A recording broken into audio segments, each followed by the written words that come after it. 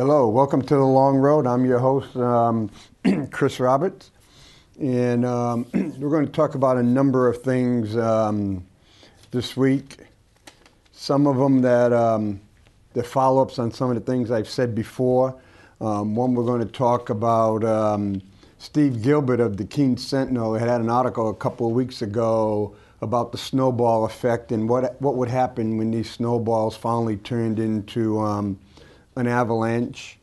Then we're going to talk about some things. We've had a lot of talk in the national news about gun control, mental health issues, and I'm going to talk a little bit about education. The gun control, where we have people talking about maybe we need to have officers, armed police officers in all the schools, or maybe we need to arm the teachers so they could prevent incidents from happening. Well, there was an article here in the Keene Sentinel. Vegas officer kills wife, son, and himself. Even for stone-faced, seen it all before officers, the act that took place at a police lieutenant's Las Vegas area home Monday was deeply distressing. A 52-year-old lawman, police said, killed his wife and child, called 911 to say he was burning his house down, and warned he would take the life of anyone who tried to stop him.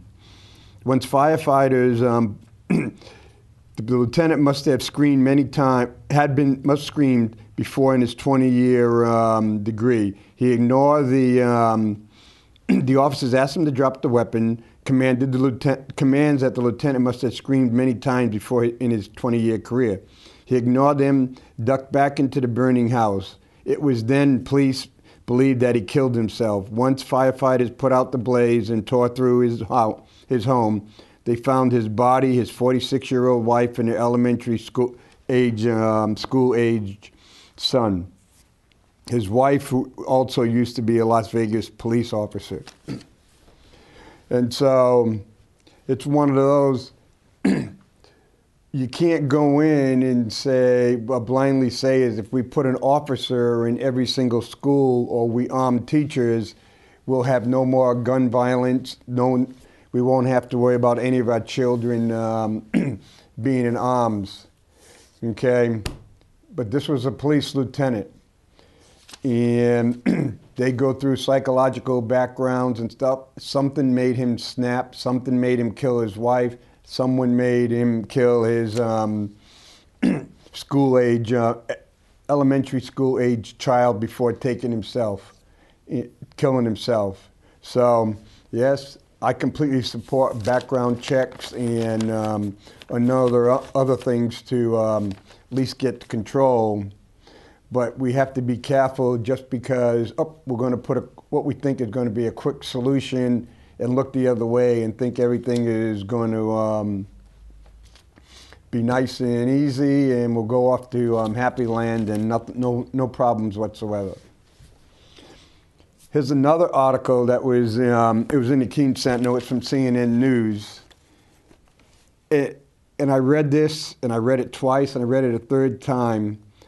And it really, really amazes me sometimes the stupidity of us adults, some of the well-educated adults.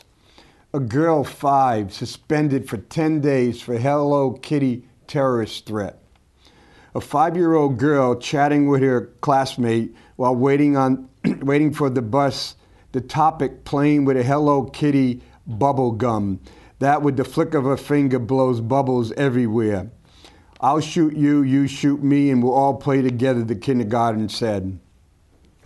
Soon after, the next day, that remark, which was made innocently, landed the kindergarten in the principal's office. Soon after that, she was sent home after being issued a 10-day suspension for a terrorist threat, signed by the principal.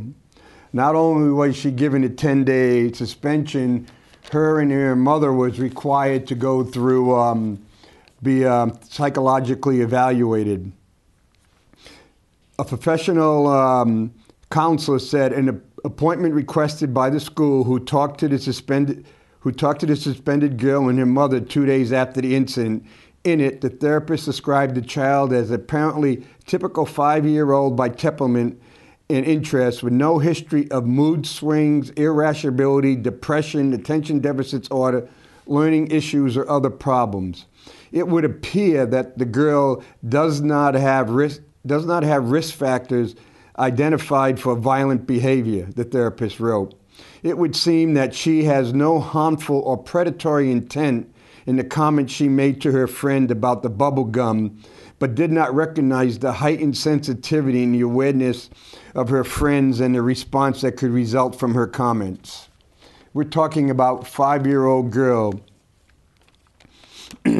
Basically began talking about the Princess Bubble Blower and a Hello Kitty bubble gun. During the conversation, the kindergarten admitted that she talked about shooting the bubble gun. Then she sat down with the school administrators and eventually with the principal. That's when the principal, and then what happened was the principal issued a 10-day citation, and she listed the other 5-year-old kindergarten as a victim of a terrorist threat. And we're talking about a little kitty bubble gun, blowing bubbles. 2 kids talking about their little kitty and princess bubble blowers. And this 5-year-old girl has to go through a therapy, has to go through a counselor. She suspended for 10 days. It goes in her record and saying that she victimized the other girl. And then the school is saying, despite what this girl, she doesn't understand it, but this girl was victimized. On January 12th, the suspended girl met with the counselor, both independently and with her mother. So again, the 5-year-old girl had to go with the counselor by herself, and then with the mother. The therapist wrote that he found no evidence or history or behavior issues or poor parenting, and determined it appears the kindergarten engaged in positive peer relationships. So here it is, over a 5-year-old girl talking to another 5-year-old girl about Hello Kitty. She gets suspended for school for terrorist threats. The other girl is classified as a victim. The mother has to sit down with the council to prove that she has a safe and loving household, and prove that she's not a poor parent. And, you know, sometimes I go and say, where's the judgment of the adults? And I think sometimes there is more judgment sometimes in little kids. So here it is, we're talking about adults and the judgment of adults. Here's colleges try to help freshmen to be ready for school. The California university system, California has 3. It has the University of California, like Cal Berkeley, UCLA, San Diego, Irvine. Those are the top notch. The California State University is right below that. And basically, it accepts the top third of high school graduates. Just think of all the kids in California, the top third of the class. You got to be in the top third of the class to make the California university system. Well, and basically, if you're in the top third of the class, all these kids are taking advanced placement courses, honors. Every single one of these kids are 3.0 and higher, and I would bet that a lot of them are 3.5 and higher.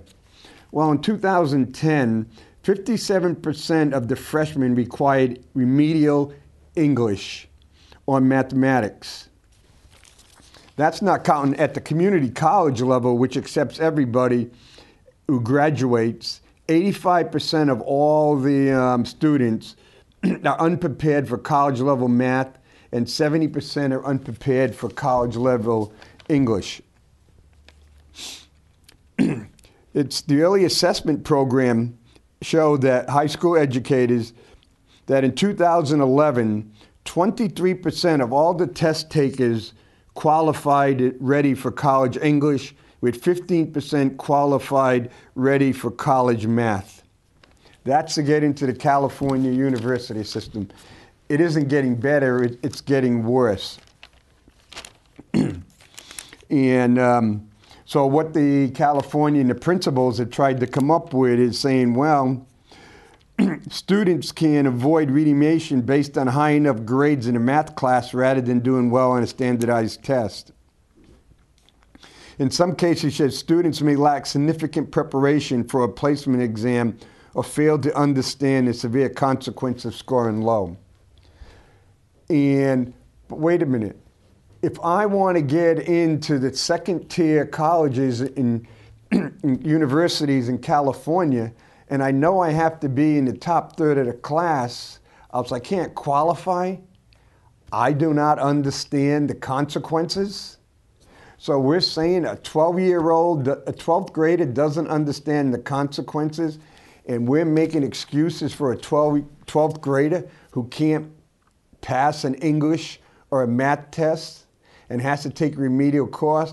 But then we have principals who are saying is a 5-year-old girl talking about her Hello Kitty bubble blowing gun should understand the consequences.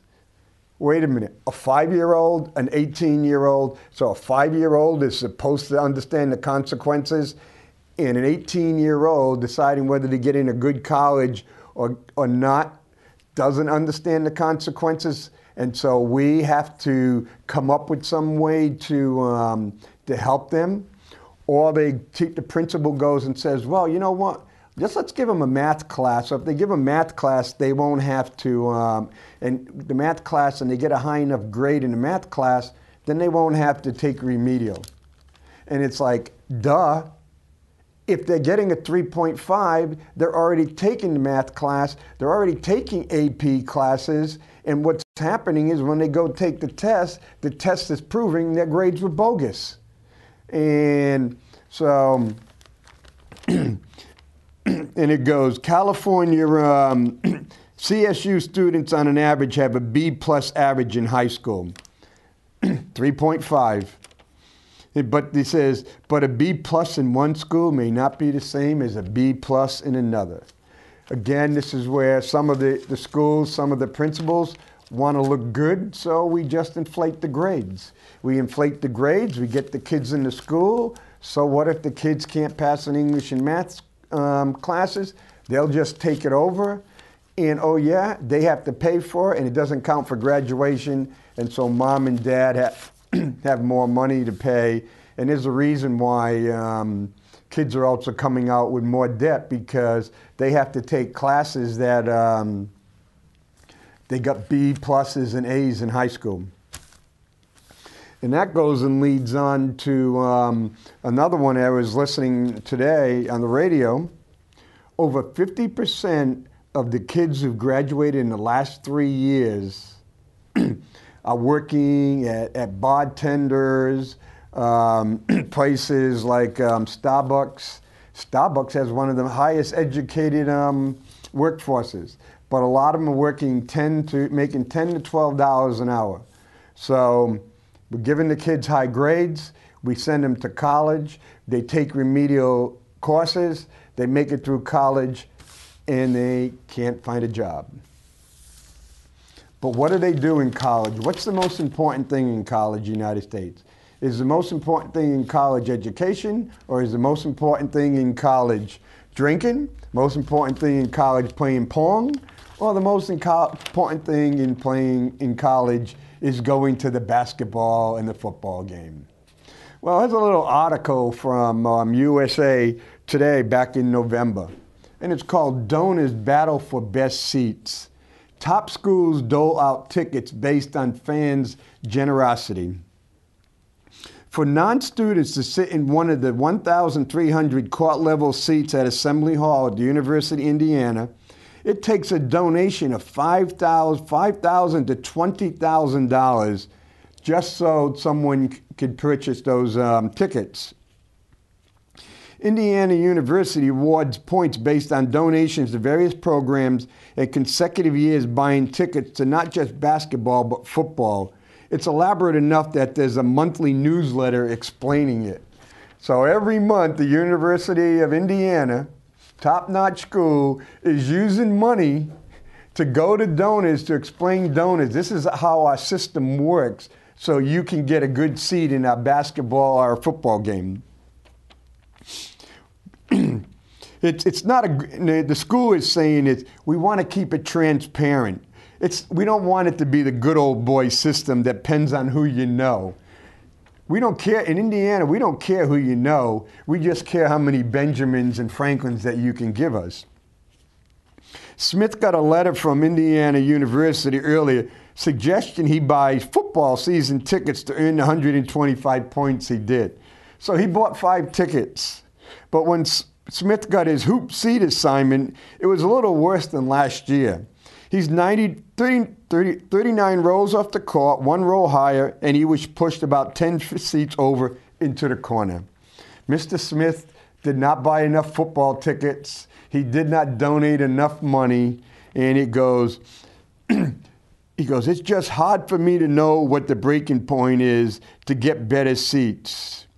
He goes, that's the whole thing in Indiana U. They tell you this system, but it floats, goes up and down. So, Mr. Smith, you may have bought 5 tickets to the football game and donated $20,000, but Mr. Roberts came along and bought 6 tickets and donated $20,100. And too bad, Mr. Smith, you got bumped.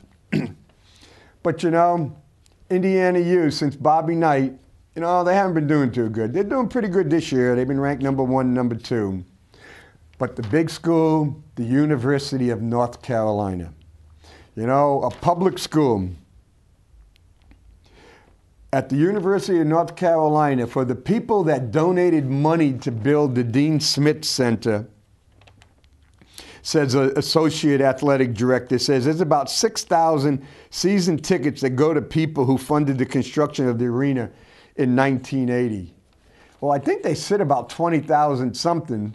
So there's 6,000 that donated. So I guess that's 6,000 seats for the kids. They can't go. But there's another 1,500 tickets in the lower bowl. Fans must make a $500,000 donation, a $500,000 donation. So if you're watching North Carolina at the Dean Smith and you see those seats around, those first 1,500 seats, and you get those by making a $500,000 or a $500,000 donation. But that doesn't get you the ticket. That means you just have a right to buy the ticket. That's what the New York Jets did last year with Tebow when they had their new $1 million stadium. People did not want to pay these fees for the right to buy seats. So the Jets brought in Tebow, and once they brought Tebow, I think it was in the first week or 2, they sold 5 to 6,000 season tickets. And so they had no desire to play Tebow. That's why they gave Sanchez the big contract. They didn't want to play Tebow because if Tebow did good, people would want Tebow. So all these people went out and bought the Tebow shirts and Tebow this, Tebow that. And then I think it ended up about 15,000 extra season tickets were bought. They only paid Tebow $3 million. They made all the money. They made all that money back. They suck it in the people to buy those season tickets. And they get to see Tebow for 29 plays. But they did see Mark Sanchez set the record for most turnovers by anybody in 1 year. He says, but at North Carolina, they're nice. They don't want to be too rough on those $500,000 donations. It says, we give them 5 years to pay it off. So just come up with $100,000 a year for 5 years and you get to keep your seats. And then he goes, wow, that $500,000, that's just a buy-in. That doesn't even get you to the front row. He goes, The more money they donate, the better the seat. That's competition, the senior athletic said. With the cost of tuition rising at every school in the country, we want to raise as much money as we can to fund that. Do you think they're raising $500,000 each from these to go into tuition? I think if it's going in tuition, the only tuition it's going in is for athletic scholarships. It's not going to it because North Carolina has one of the highest tuition rates. But you know what? Rick, since you're here, Ernie, I usually give Ernie, but you know what would tick people off? $500,000, okay, $100,000 a year. So if you're donating money like that, you're in the 38% tax bracket. You know what? You and I are paying for those tickets. Because for a $100,000 donation to the school, I get $38,000 right off my federal income tax. And so all of us in America have to pay more money for these 1,500 people to get these choice seats. And so Indiana and everything, and so quote unquote, how they play it, you donate to the athletic department or you donate to the school so it doesn't count as a seat. And then you get to buy the seat separately. Con game, we as American taxpayers pay for these individuals. Doesn't that make you feel good?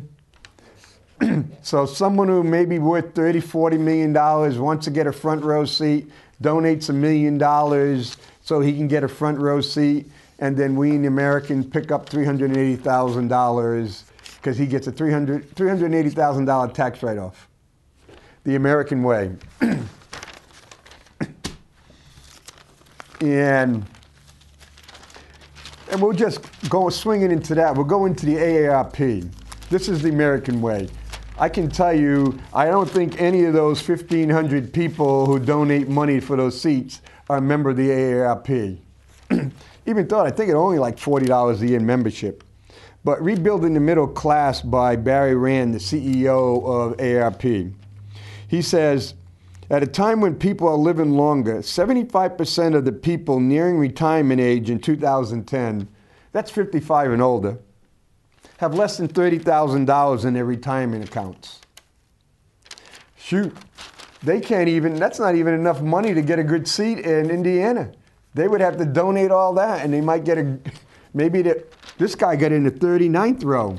$30,000, a whole retirement might get them in maybe the 20th, 25th row. Moreover, roughly half of all workers don't have a retirement plan. And most of those people who do have a retirement plan, they can expect to get less than $80 a month from the retirement plan.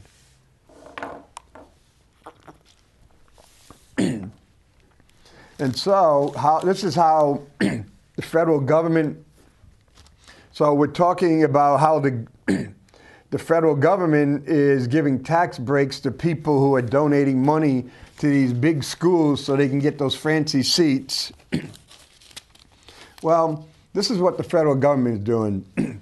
Excuse me. The Affordable Health Care Act. So the federal government kind of sounds like Sammy Davis Jr., the candy man, where I'm going to give you some free drugs until you're hooked, and then you're stuck. Starting next year, basically anybody making up to 138% of poverty, or about $15,400 a year, will qualify for Medicaid. And so the federal government is saying, hey, we would like you to pick up Medicaid. Don't worry, for the first 3 years, we will cover all the cost.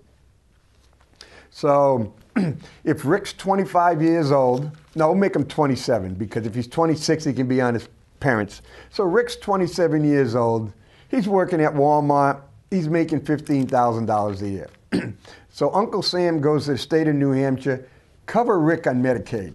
We'll pay for it for the next 3 years. So now Rick is 30 years old. But then Uncle Sam says, you know what, after 3 years, we'll still cover 90% of Rick's cost, but you have to pay 10%. Well, when you go to the GAO, So what will happen is all the states around the country under the plan will only have to pay about $8 billion total for the guys like Rick and all the other people that don't get really good jobs. But the total cost, the federal government is going to pick up $800 billion over the next 3 years. But where does that $800 billion come from? We're $1 trillion in debt, but the federal government says we're going to find ways to save money to pay for this. Because Medicaid is not health insurance, it's health care provided by the taxpayers to other people that can't afford it. So, now wait a minute. After 3 years, the federal government, so you're looking at about $300 billion a year. What's the chances the federal government is going to drop that number from 90, a little bit lower and a little bit lower? The federal government said, hey, we're going to start special ed program. We're going to pay 40% of standard tuition. So for example, if the elementary school tuition is $15,000 and you have a special ed child, what we'll do as the federal government, we'll write you a check for $6,000 for every special ed child that comes in.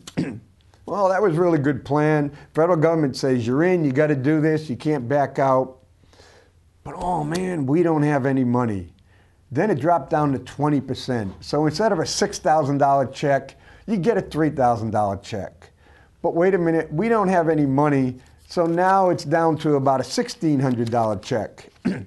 But now, because of sequester, we're saying is we're going to have to cut that another 7%. So we'll probably get a check for about 13%. While from all of a sudden, that $6,000 check is going to be down to about $1,200 to $1,300 a month. That's one of the reasons special ed costs are going through the roof, because they're not being funded. So are we willing to trust that the federal government will stay at 90%? Because if Rick gets it at 27, now he's 30, and he's got another 35 years before he's eligible for Medicaid. And so chances are every year as Rick gets older and the cost of health care goes up, the federal government isn't going to cover 90%. And so the state governments could be in a really, really big bind. And so, because one of the things the federal government is, it's saying, no, we're only going to pay for part of it. We're going to pay for part of it. And so, I don't know what we're going to do. Trust the government. Boy, I'm sounding like one of those free staters and libertarians and stuff. But,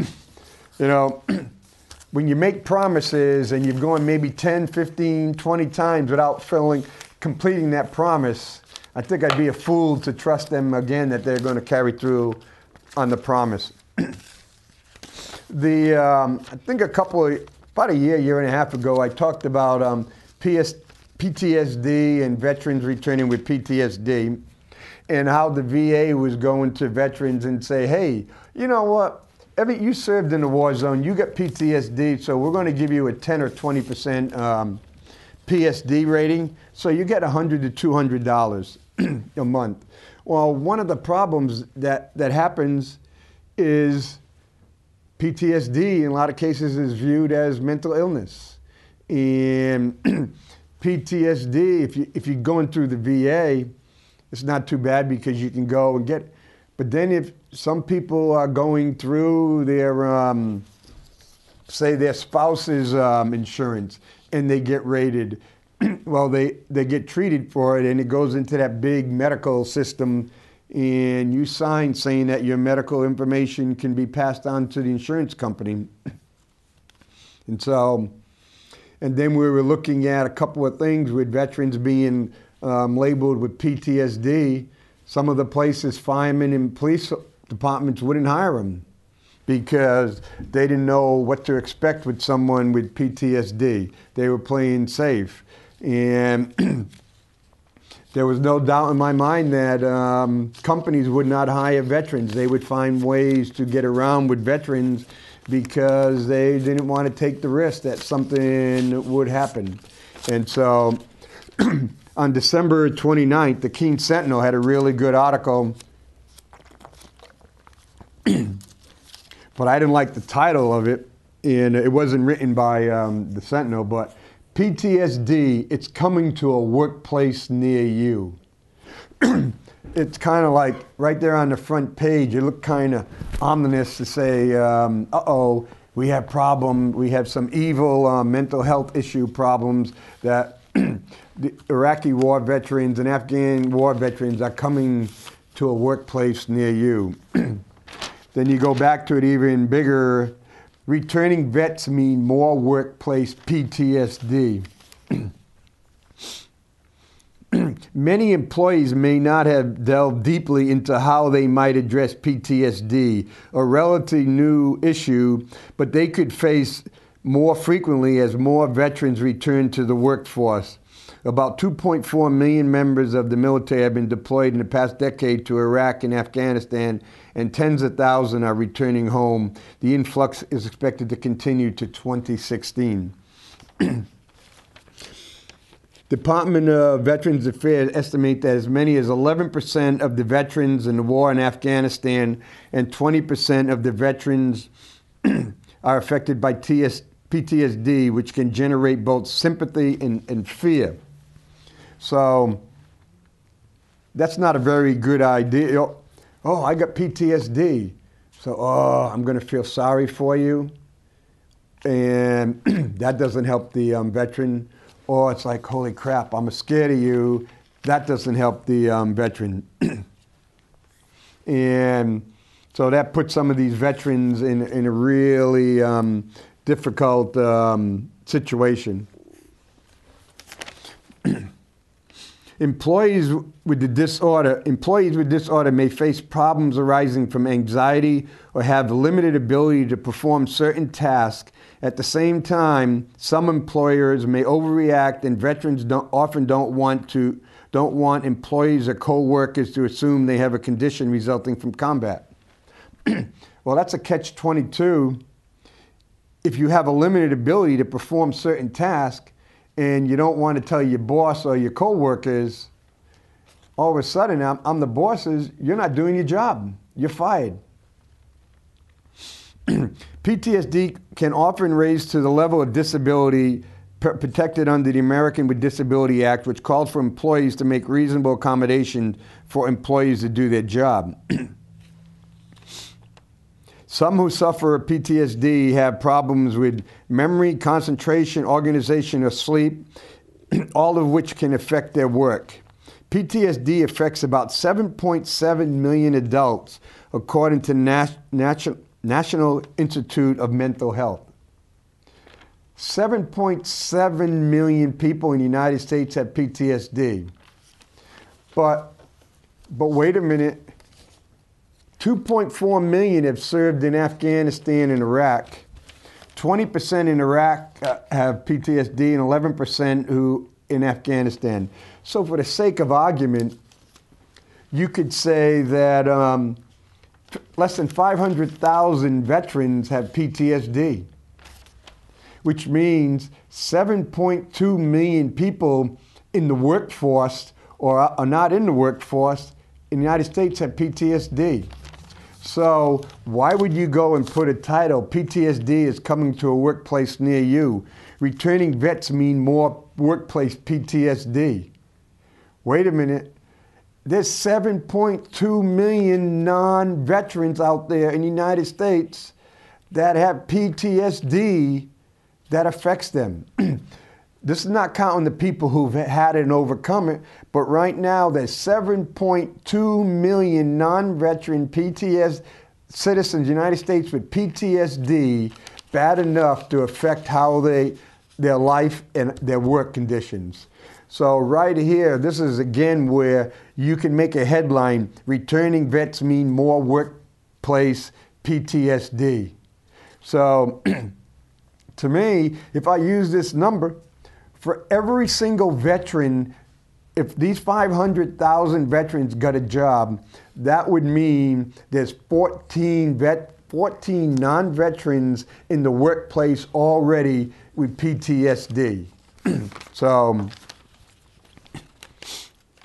and Various accommodations can help people with PTSD, including flexible work schedules, schedule reminders, checklists, rest breaks, or white noise machines. Many companies don't have specialized programs to address PTSD in their workplace and depend on existing resources such as employee assistance programs to help. But some employees become too anxious about the possibility of an employee with a PTSD. What is typically a challenge for employees is that they worry that this person might be violent when that might not be the case at all. Don't assume the worst and try to take action when there are no signals that cause concern.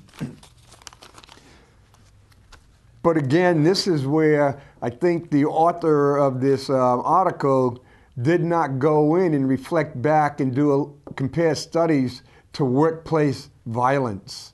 Workplace violence is growing, and more of the workplace violence is by non-veterans. And probably chances are some of these workplace violence are part of these 7.2 million people with PTSD, and they just happen to snap that day.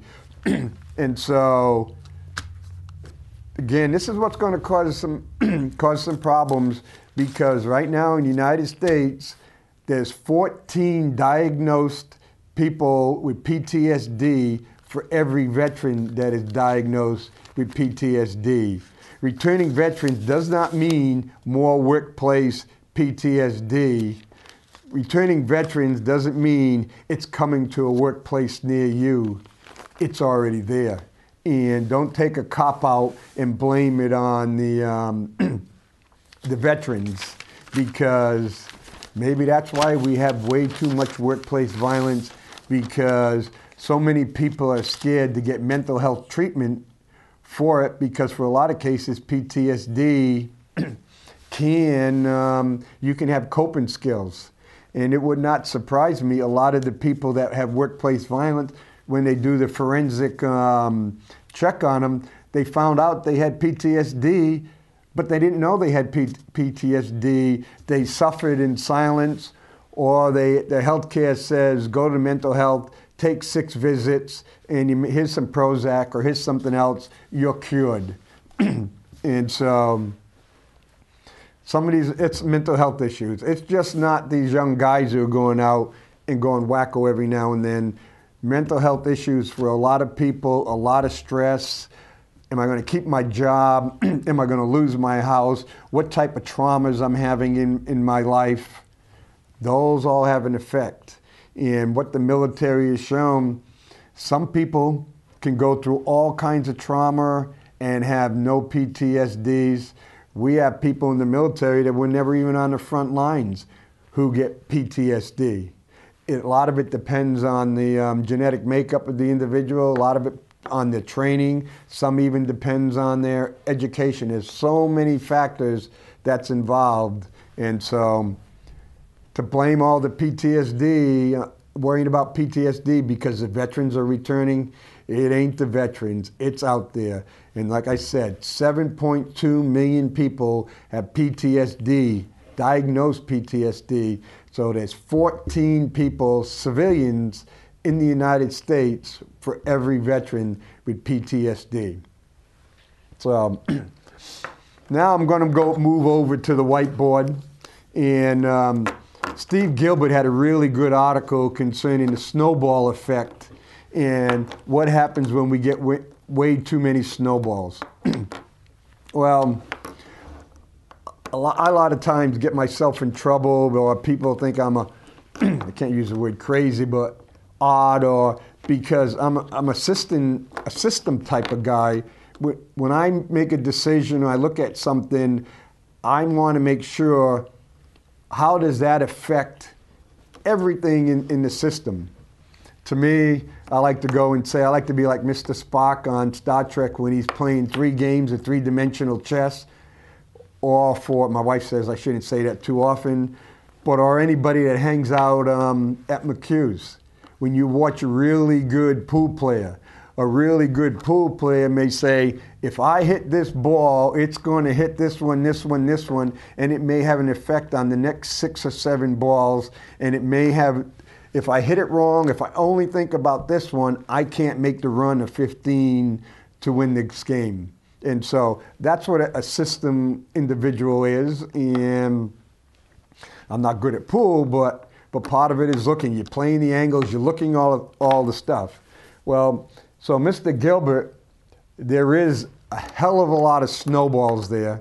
And the snowballs are getting pretty close to coming to an avalanche. And I know some people were critical of you on your article, but you know what? You were starting to hit the point, and I think a lot of people need to look at those snowballs.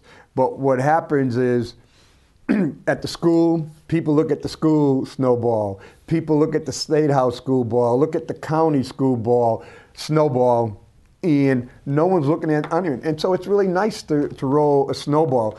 But if you take 30 kids and they all roll a snowball down the hill, sooner or later those snowballs are going to stop marrying up, and it's going to get bigger and bigger, and it's going to cause an avalanche.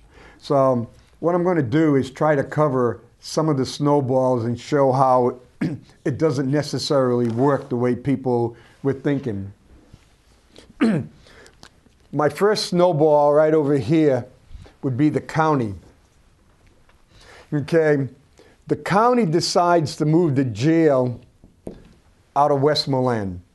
So it goes, hey, I'll move the jail out of Westmoreland, we'll move it to Keene, it'll be closer to the courts, so it will save transportation costs. It will save costs for people from Ringe and Jaffrey and everything. They don't have as many policemen as Keene, so that'll make it easier for them. And so the county spends, I think, $36 to $38 million for the jail. So that raises everybody's taxes. For example, in Keene, their county portion goes up 30%, because that's the portion they have to pay. But what is the snowball effect of this one? Well, because there's no longer any prisoners or inmates, the county then has to hire a number of people to work in the dining facility, the kitchen, to work in laundry. Also, you don't have inmates working at the county farm, so the county farm is losing more money. So the county budget goes up to pay for these individuals, and you get less food from the county farm, so the county has to buy more food. So that money goes up. Okay? But now you have the jail over here in Keene. But now you don't have the nursing home kitchen using inmate labor to pay for the inmates. So now the county, I think the last time I was looking at the budget, spends over $250,000 a year to have the meals catered into the jail. And so, because we not going to bring food all the way from the nursing home to Keene 3 times a day, plus you don't have the inmate labor, you don't have the farm, so bingo. That's how that snowball grew. Okay? We'll jump over to here. The Fed. Okay, goes, what does the Fed have to do with Keene? Well, it has a lot to do with Keene. You know, when the interest rates were 5 and 6%, okay, the county, the city, and the school, when you put them all together, got between $500,000 to $1 million in interest. And that saved us taxes. But now, because the Fed rate is basically zero, the county, the city, and the state, the county, city, and school, they lost all that income, interest income. So we, the Keene taxpayers, have to pick up that income. And so it's higher on the tax rate. I think if I was correctly, the city had $10 million in their reserve and capital, and they tried to invest it, but they couldn't even get someone to pay them 1% on $10 million. You know, in the past, if we had $10 million in the reserve and capital, and we had 6%, you were looking, and we invested it for a year, you were looking at about $650,000 in interest each year. Okay? Each year, that's $650,000 that the taxpayers of Keene did not have to pay. The state wanted to balance its budget. The state balanced its budget by room and meals, and some of the grants, over $1 million was taken from the state, that the state used to give the city. Then the state goes and says, well, you know what, we're going to pay less for retirement. And it kept dropping and dropping. So this year alone, the school and the city will pay $1.3 million in additional retirement costs. And this doesn't benefit anything. All this does is to fill part of the deficit in the retirement account. So the Keene taxpayers are going to have to pay $1.3 million in additional taxes to go into the retirement fund just to make up. To make it even worse, say the fire chief, I know he doesn't get them, say the fire chief got $100,000, the police chief got $100,000, and a school teacher got $50,000. Well, under the new plan that goes in effect July 1st, we in the city, we pay the fire chief his $100,000. We also have to write a check for $29,000 to the state retirement fund. The police chief, $26,000.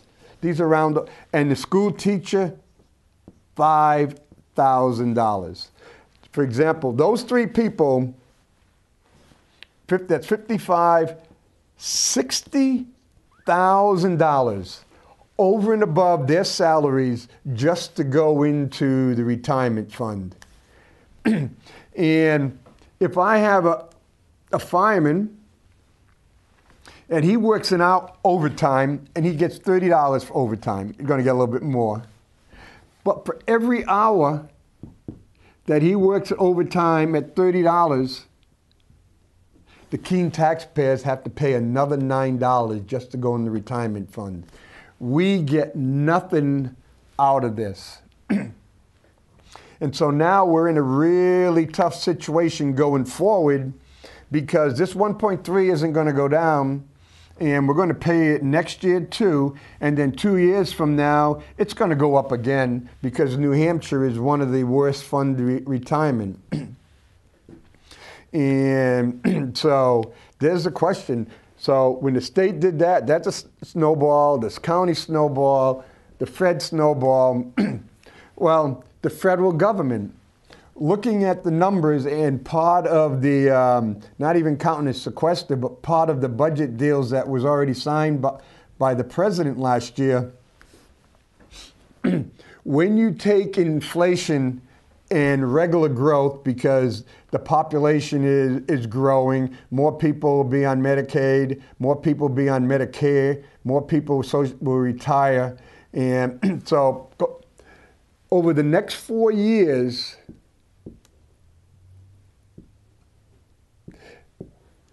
the federal government will have 16% less to spend.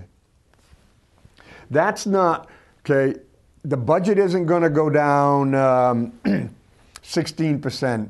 So it's kind of like if you have a $5,000 bill per each person. So basically, you add another person, it would be 10,000. But what would happen is, instead of getting the 10,000 that you normally do, the federal government would only have $8,400 in the fourth year, or the last year when Mr. Obama is president.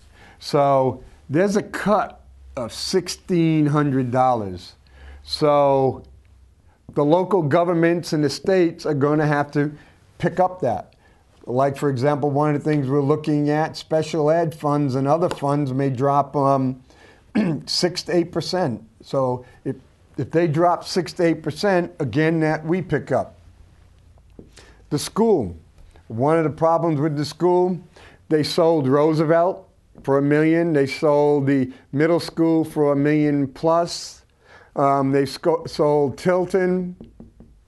And they sold, 34 West Street. They got stimulus money. They got special ed money. They got money for teachers. And what happened was they used all the money for extras. It's kind of coming into an inheritance. And now they run into a problem because they have a lot of the things they bought under those, we still have to pay for, even though there's no money. Keene housing. The housing prices, values have gone down. We have less jobs, low-paying jobs. Property taxes are going up. The cost of gas is going up. Healthcare, most of the people are actually, you may get a 3% raise, your healthcare goes up 6%. A lot of people are actually earning more but taking home less because healthcare is going up more than the cost of living increases. And so these balls are all filling up, and that's the scary part. Like we said, everyone's rolling these balls all down, but now we're coming into the valley or the draw, and they're all going to get together. And the question is, what's going to happen? What's going to give? We're going to have to look at things. We're going to be forced to give up something. And that is really, really some of the tough situations. The scary part in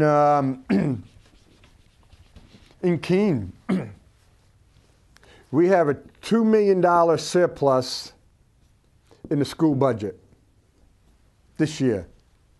That is going to pay for that $1.7 million retirement, health care,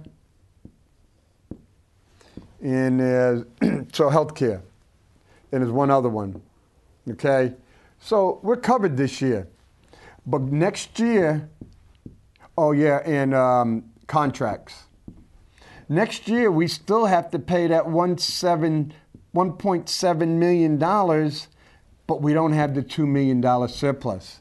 We're probably going to have another 5% in 5,000 in contracts, and probably another 300,000 in healthcare costs.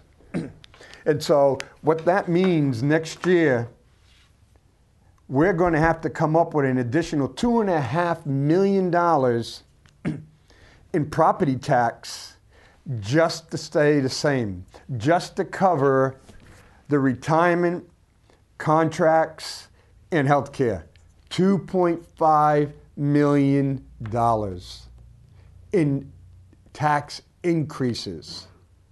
And that's scary. That is really, really scary. And so a lot of tough decisions are going to be made. The city is delaying some of its capital improvements because they understand. And even between the county, the city, and the school board, we may see a 10% tax increase. And so, I don't know. Maybe I'm the dummy. Maybe I'm the one who should punch out so I don't have to deal with all this stuff. But I guess that would be a way to cop out. And as a Marine, I don't like to cop out of anything. I'm going to try my best to help solve the problems and help mitigate the pain. But it's going to be pain. We're going to have to find ways to eliminate the pain. We're going to have to make some really tough choices, else we're going to get snowed over with all these snowballs. And so, well, that's the end for today. And hopefully we won't get any more snowballs, but I doubt it. I think we're going to get more. And so I'll see you on the long road, and please don't slip on any of the snowballs. Thank you, and see you next week.